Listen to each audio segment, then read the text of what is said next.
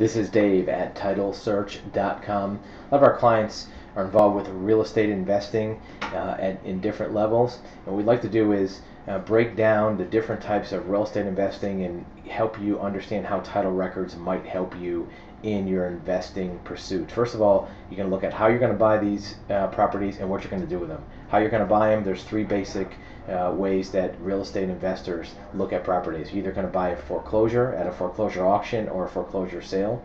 You're going to buy a short sale that's prior to the foreclosure, contacting the owner directly and working out some deal between them and the lender to buy that property. And don't rule out the third way, buying properties the old-fashioned MLS through a realtor type method. A lot of times you can get properties just as cheap through an MLS. Even if it's only a few $1,000s more, that extra amount gives you access to looking at the property, getting good inspections, making sure that the inside is of the property is up to the standards that you're looking for, and it eliminates some of the risk because you're going through an agent. So those are the three ways: foreclosure, short sale, and MLS.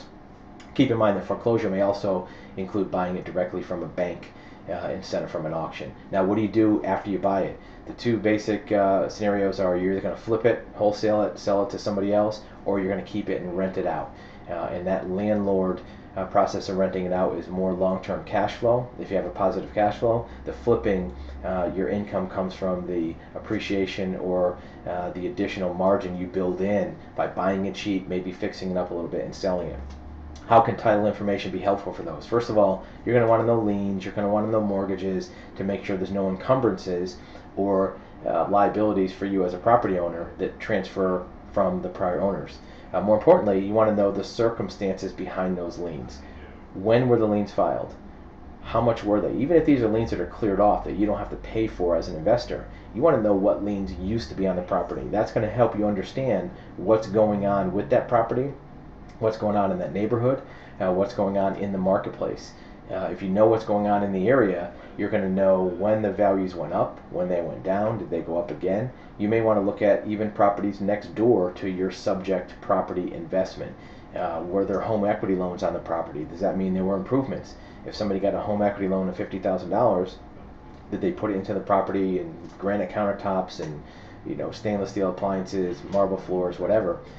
Or did they just cash out and buy something else with it? That didn't really improve the value, even if the property appraised for a higher amount. So taking a look at what the property values were over time from prior purchases on a title search will also help show you the tracking of that property going up and down. When did the values go up?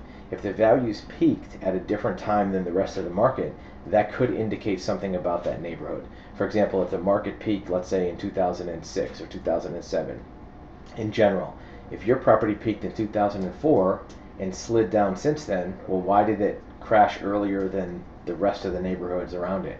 Maybe it lasted longer. Maybe when the market crashed in 2008, if your property stayed up until 2009 or 10 and then slid down, well, why did that happen? Maybe there was a new employer in the area, maybe they built a new school, maybe the bus line changed and went by there. Those are going to be clues to why that neighborhood maybe went up or down at different times than the marketplace. So real estate investing is a great opportunity for individuals to ride the wave that many other hedge funds and large-scale financial institutions are dumping money into these properties. You can ride the same wave by buying properties one at a time, but you have to know the due diligence, the title records, and what is your strategy going to be. Are you going to flip properties? Are you going to rent them?